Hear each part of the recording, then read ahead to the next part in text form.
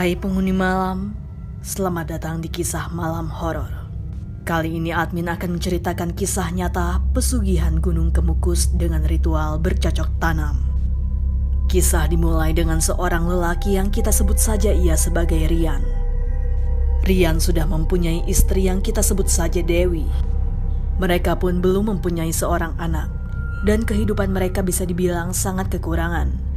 Rian hanyalah seorang pekerja serabutan, dan istrinya hanya bekerja sebagai tukang cuci baju keliling. Lalu ketika pada suatu hari kakak Rian yang kita sebut saja ia sebagai Anis datang ke rumah Rian untuk menagih hutang, dikarenakan Rian mempunyai hutang kepadanya. Lalu Anis berkata kepada Rian, "Dik, kapan kamu mau bayar hutangnya? Mbak lagi butuh banget uang itu." Dan Rian menjawab, "Mbak, untuk sekarang aku belum ada. Mbak tahu sendiri kan kehidupanku seperti ini. Nanti kalau sudah ada pasti Rian balikin, Mbak." Anis berkata, "Ya kapan Dik? Udah lumayan lama loh kamu minjemnya. Soalnya Mbak benar-benar butuh." Rian menjawab, "Nanti aku pikirin lagi, Mbak. Tapi aku nggak mau janji, nanti takut meleset." Lalu Anis berkata, "Ya udah, tapi tolong diusahain ya. Soalnya Mbak benar-benar butuh banget. Mbak juga banyak keperluan." Dan Rian menjawab, "Iya, Mbak. Nanti kalau sudah ada pasti saya ke rumah." Lalu Anis berkata, "Ya udah, Mbak pamit pulang ya. Nanti ke rumah aja kalau sudah ada." Rian menjawab, "Iya, Mbak." Ketika kakaknya sudah pulang, Rian merasa sangat kebingungan. Bagaimana caranya mencari uang buat bayar hutang kepada kakaknya tersebut. Dan ketika Rian sedang kebingungan, tiba-tiba pintu rumah Rian ada yang mengetuk. Rian membuka pintu tersebut. Dan ketika pintu dibuka ternyata itu adalah istrinya.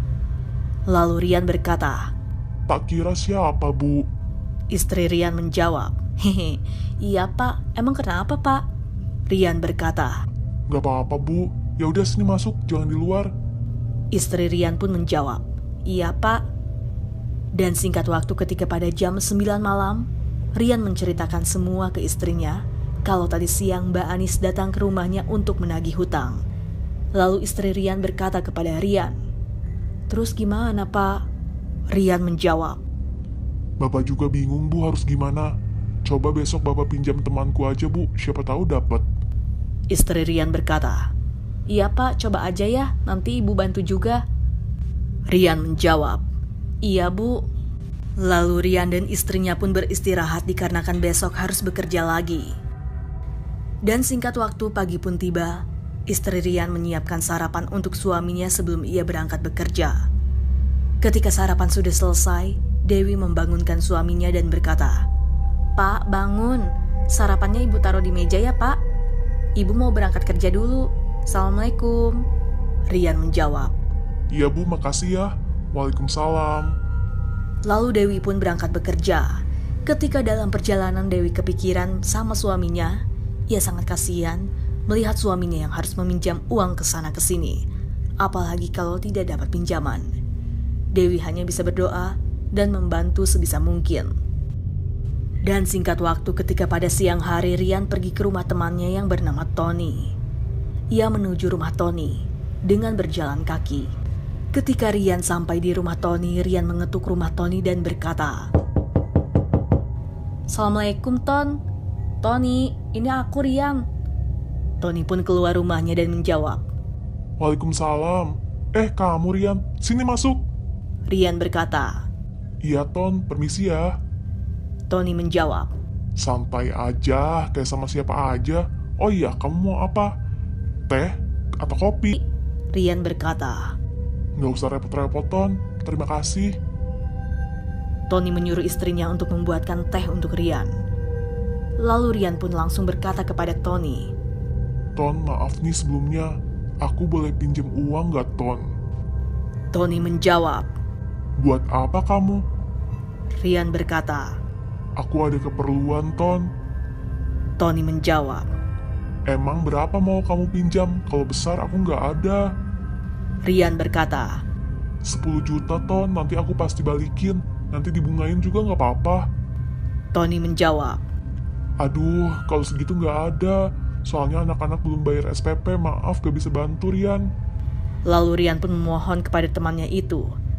Tapi teman Rian tidak mau membantunya dikarenakan ia tahu kehidupan Rian seperti apa sulitnya.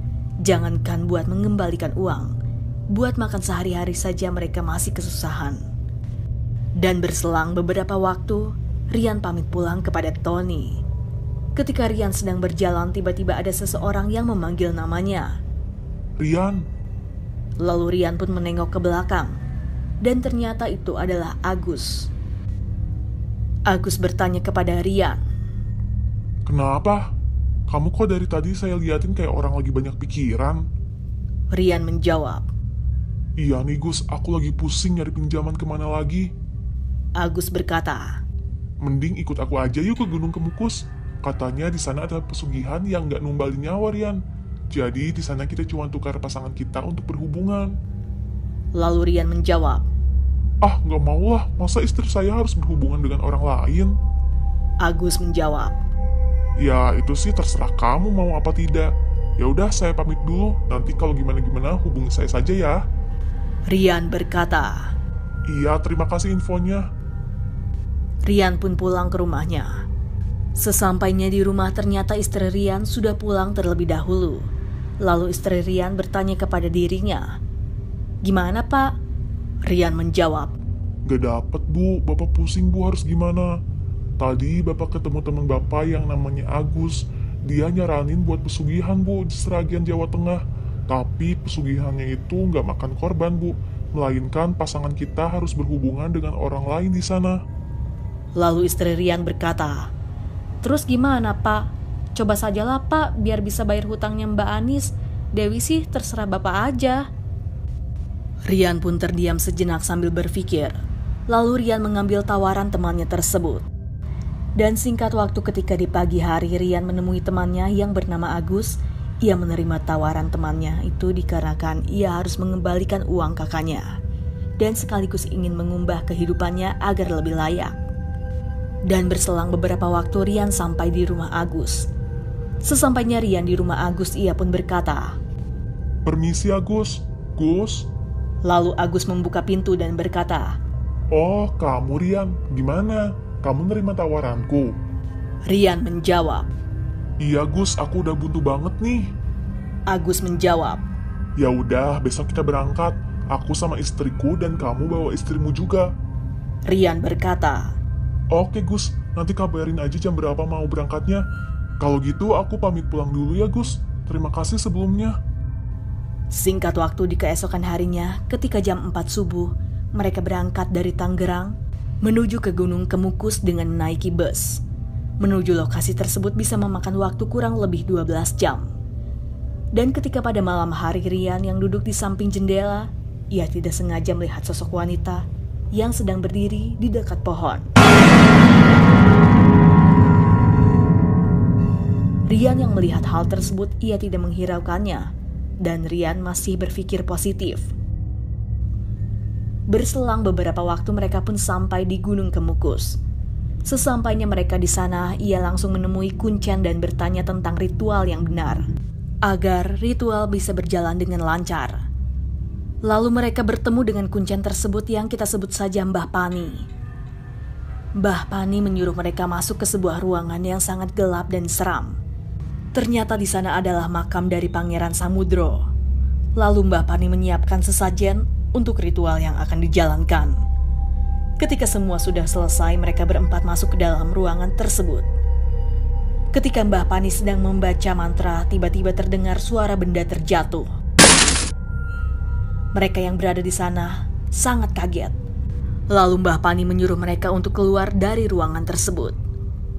Lalu mereka menaiki bukit di mana tempat tersebut adalah tempat untuk melakukan ritual bercocok tanam. Dan sesampainya mereka di bukit tersebut, Rian berserta istrinya di sana melihat banyak orang yang sedang melakukan mantap-mantap. Rian merasa sedikit canggung, dikarenakan harus melakukan hal tersebut di temanggung terbuka dan banyak sekali orang. Lalu Mbah Pani menyuruh mereka untuk melakukan hal tersebut. Lalu Rian berserta istrinya dan Agus beserta istrinya saling tukar pasangan mereka dan langsung melakukan mantap-mantap. Berselang beberapa waktu mereka selesai melakukan hal tersebut, mereka pun turun dan menemui Kuncen itu. Lalu Rian bertanya kepada kuncen tersebut. Habis ini aku harus gimana lagi, Mbah? Mbah Pani berkata, Kalian harus melakukan bercocok tanam tersebut selama 7 kali dan hanya malam Jumat Kliwon saja. Kalian harus melakukan bercocok tanam tersebut selama 7 kali.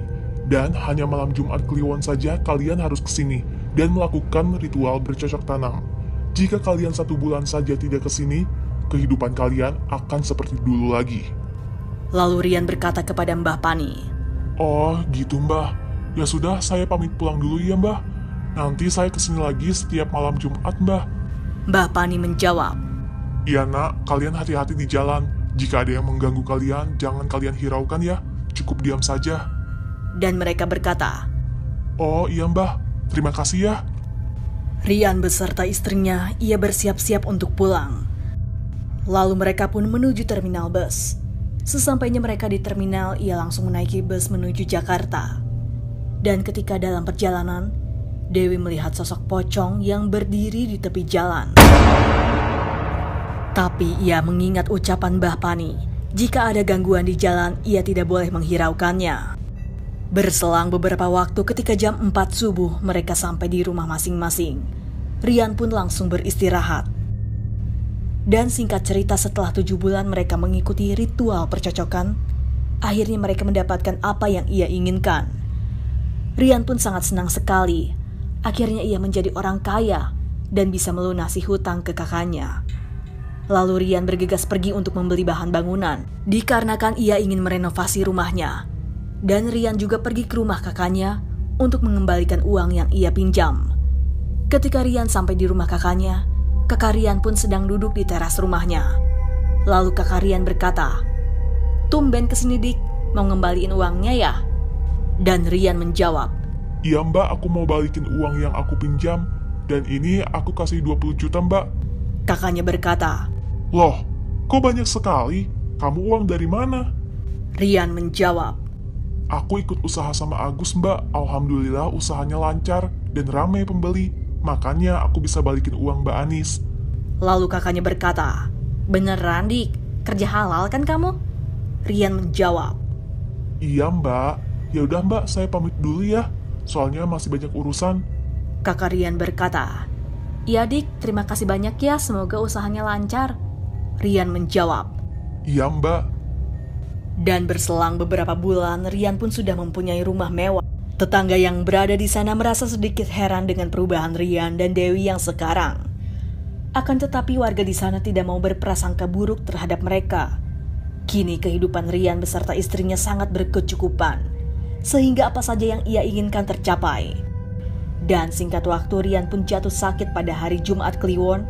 Padahal hari Jumat tersebut Rian harus melakukan ritual percocokan. Dikarenakan ia sakit, jadi terpaksa Rian tidak mengikuti ritual bercocok tanam. Istri Rian pun tidak bisa pergi dikarenakan ia harus menemani suaminya tersebut. Dan Rian berkata kepada istrinya, Kamu pergi saja Bu.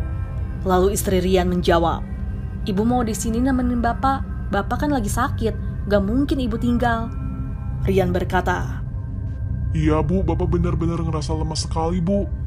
Istri Rian menjawab, Makanya itu Pak, mending Ibu di sini nemenin Bapak. Dan singkat waktu ketika pada malam hari Rian dan istrinya sedang tertidur, Rian bermimpi bertemu sosok makhluk hitam dan besar. Sosok tersebut berkata kepada Rian, Kowe kudu melulan, aku amargo kowe. Wis wani langgar janji karo aku. Ketika Rian bermimpi bertemu sosok tersebut, seketika itu juga Rian terbangun dan berteriak.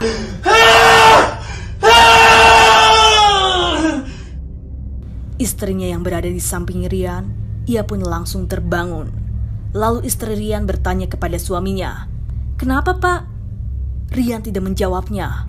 Mata Rian pun melotot ke atas dan tubuh Rian seketika kejang-kejang. Istri Rian yang melihat hal tersebut, ia menangis melihat suaminya seperti itu. Lalu istri Rian pergi keluar untuk meminta bantuan ke tetangga. Ketika istrinya balik ke rumah, ia melihat suaminya sudah terbujur kaku. Sontak saja hal tersebut membuat istri Rian menangis histeris. Dan kakak Rian pun diberitahu warga yang berada di sana bahwa adiknya sudah meninggal dunia. Sesampainya Kakak Rian di sana, ia pun menangis dan langsung memeluk jasad adiknya itu. Lalu Kakak Rian bertanya kepada adik iparnya tersebut, "Ini semua ada apa, Wi? Kenapa Rian bisa seperti ini?" Lalu Dewi istri Rian menceritakan semuanya kepada kakaknya tersebut. Kakak Rian tidak menyangka jika adiknya berbuat seperti itu. Dan di keesokan harinya Rian pun dimakamkan. Dan berakhirlah kisah pesugihan Gunung Kemukus dengan ritual bercocok tanam yang diambil dari kisah nyata. Jangan lupa subscribe channel ini agar kalian tidak dihantui mereka.